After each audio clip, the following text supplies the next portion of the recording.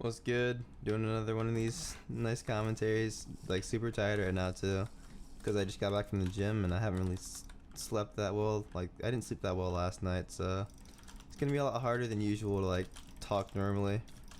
Which it's already kind of hard for me to talk sometimes because I'm always like slurring over my words and stuff. But it's gonna be extra bad today. So I don't really have any specific like topic in mind. Woke up. I guess I can talk about like my actual schedule that happened today. Nothing too well, I guess something different than usual happened, but it's nothing like too ridiculous. So I woke up today at about 3:30 p.m. and I usually wake up at about maybe 5 o'clock. The reason I wake up so late is because I work the night shift, so I worked from 11 p.m. to 7 a.m. So yeah, I usually go to sleep right when I get home from work and wake up around 4 or 5. And so yeah, I woke up at around 3:30 today, which is about an hour and a half earlier than I usually do. So it made me like automatically pretty groggy. And then the past couple days I haven't really slept that much too, so I've been having to wake up because I had a haircut appointment yesterday, which, hey man, God always stay looking good. But yeah, so yesterday I got a haircut, and then today so my job was doing this little IOU kind of thing, and what we were doing was, my job in like another business was having a Christmas party, so they were asking for volunteers to babysit the other people's kids, because what we were doing was yeah, it's like such an oh shoot, what's up, man? Hey. Oh shoot, I'll message you later. But yeah, so what we were doing is an IOU kind of situation. So in exchange for us babysitting their kids for their party, they would babysit our kids for our party. And yeah, so that was pretty cool. You don't. Hang on, I'll message you in a minute, man. I'm sorry. Give me a second. So yeah, that was a pretty fun time. The room was so small though. There were like 15 kids, 2 babies, and surprisingly, we were there for like maybe, I think it was like 8 or so hours. And dude, those babies actually did not cry. It was such a surprise to me. Like those the calmest babies I have ever held in my life, man. So there was this one girl that was like super shy, like would not talk to anybody, man. So I was over there with her most of the time. And she wasn't. It was pretty hard at first because she didn't really want to talk at all, which I understand. Like I was pretty shy when I was young too, and she was only 2 years old. So, and when I tell you she was like the biggest 2-year-old I've ever seen, bro, like not even joking. That girl was like 3 foot at 2 years old. It was crazy. So yeah, I spent most of my time at little kids fucking babysitting session, just watching her or talking to her. And after a while she did open up to me and the other kids, but she was pretty close to most of the other adults the entire time. So pretty cool to know that I was like, hey, look at me, I get to talk to the shy kid and you don't, haha, losers type. It was that type situation, which was really fun for me, at least because I like flexing. And there was this other girl, bro. She was this girl was 11 years old, bro. I swear I thought she was at least 15. Like she was maybe 5'6" or 5'7" at 11 years old. That was like, she was a big girl, bro. And surprisingly, she wasn't the one who was like looked up to the most out of all the other kids, though. It was this other girl. She was in 4th grade, and she was obviously like in 4th grade, but she had like the face of an adult though. It was really weird. Like the body of a child with the face of an adult. I was like, bro, what's going on here? So, but I'm not really around kids out often, so I guess situations like that always kind of, I guess when you babysit kids, you see stuff like that all the time. But since I don't babysit kids, I don't see that stuff all the time. So, yeah, that's pretty much how that went. I didn't really do too much after that. I had an idea for, I heard a song on YouTube, a drum and bass song on YouTube, and I was just like, hey man, I gotta record a video to that or make a video to that. And I had a 85 no debuff win streak yesterday, and then I ended up losing it to some dude who was like blatantly cheating his balls off, and he only like 6-potted me, but the dude was using like 5-block reach and b-hop and all that stuff, and I was like, bro, how do you? He knew how to pot too, and I was like, bro, if you were not cheating your balls off, he obviously would have gotten tossed. Like, he knew what he was doing too. That's the thing. So it was so much. I honestly didn't mind because it was like, whatever, man. I had a 160 overall streak. I was like, whatever, man.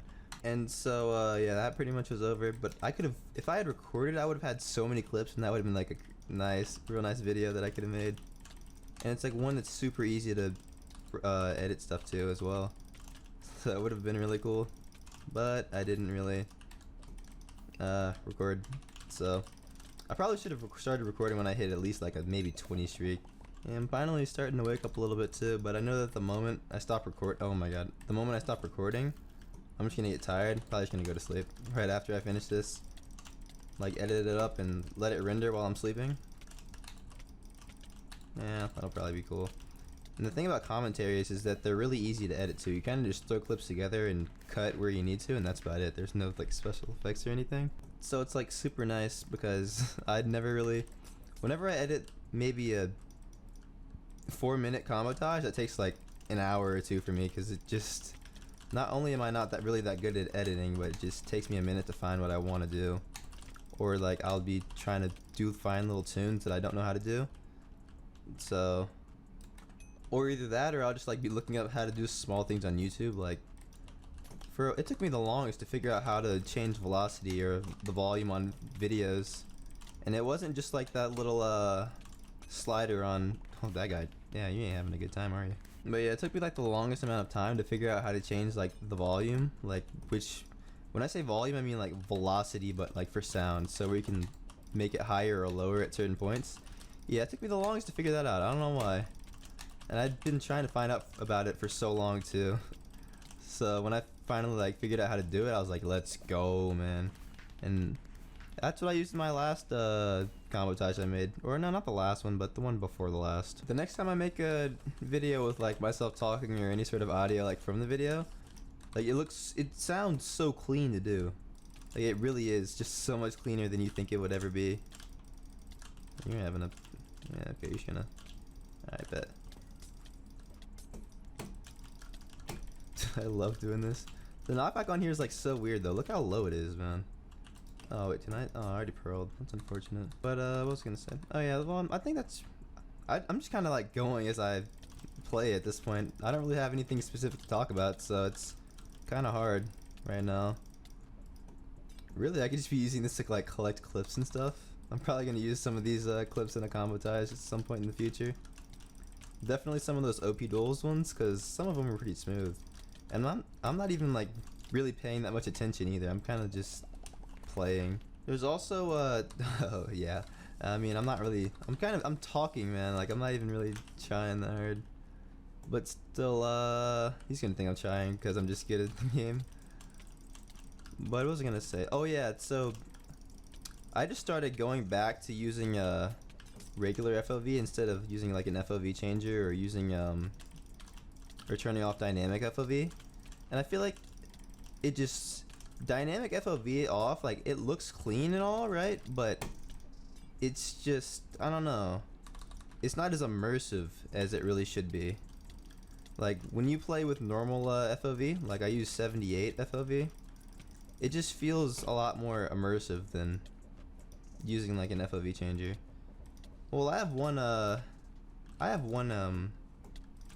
FOV changer setting like on one of my profiles that looks super smooth and it's also immersive. But I'd really rather just learn to play like this though. This is just, I feel like it's a lot cooler to have really good aim with this instead of really good aim with FOV off or something like that. So yeah, that's pretty much how I feel with the whole FOV thing. But I feel like I wonder if all of the players who turn off FOV, or at least turn off dynamic FOV, I wonder how much different their game would look if they played with it on. It just, their videos look super smooth, but I'm like, I don't know, I think the immersiveness of it would just look a lot cleaner. Because if I'm like on someone's meat like I am with this guy, and then I just start block hitting like into them. It's hard to explain, but since I've been playing no debuff for a while, I just kind of know exactly what I'm talking about, while a lot of people really don't know what I mean. Dude, I keep like running out of topics to talk about, but the moment like I push the record button, I find something else to talk about. So yesterday I had a probably 85 or so win streak, and yeah, like I said, I lost it to this guy who was cheating his balls off. But the top 2 people on the no debuff leaderboards were obviously like cheating, or not cheating, boosting. So what would happen is there's like 3 or so people left in literally in the playing the game, playing no debuff. Like I'll do /hub and go look at how many people are playing this actual kit, and it'll say 3 people. So, or no, it'll say 2 people. Well, the one person that's boosting, the one person who's doing the boosting for him, I guess, the one bot. So I'll join.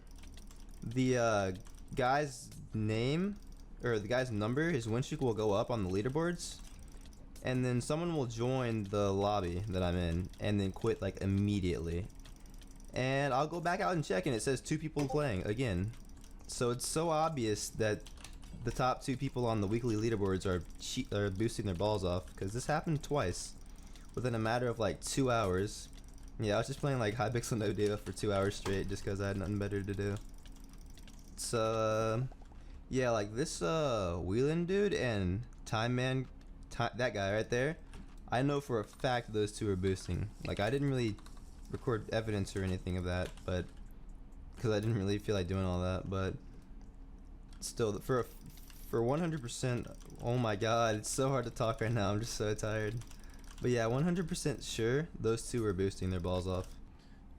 Something I forgot to mention, I know for a fact that those 2 were boosting because there were no more than 8 people the entire night playing no debuff at a time, and within 2 hours those 2 were climbing the leaderboards as fast as I was, and I didn't fight either one of them once. So they were definitely boosting, like there's no doubt about it. And I'm like, I've always thought, what's the point in boosting? Because the moment you get into like a match with someone else and you're not like what you're hyped up to be, like how you're always on the leaderboards and everything, and then you just get tossed by me, it's like, bro, what are you doing? I just don't understand the point of boosting. It's like, you're not as good as your name says you are. It's just at the top of the leaderboards for no reason. Like, you don't really get anything from it. You don't get money. So I'm like, why? Why would you ever want to boost if you're not really as good? So that's just so sad to see sometimes that people would really do all that. And it's like multiple bots too. It's like 3 or 4 constantly leaving and joining. And I'm just like, dude, because I can never actually find a game, or the moment I do, I get my hopes up. It even happened a couple times while I was recording this commentary.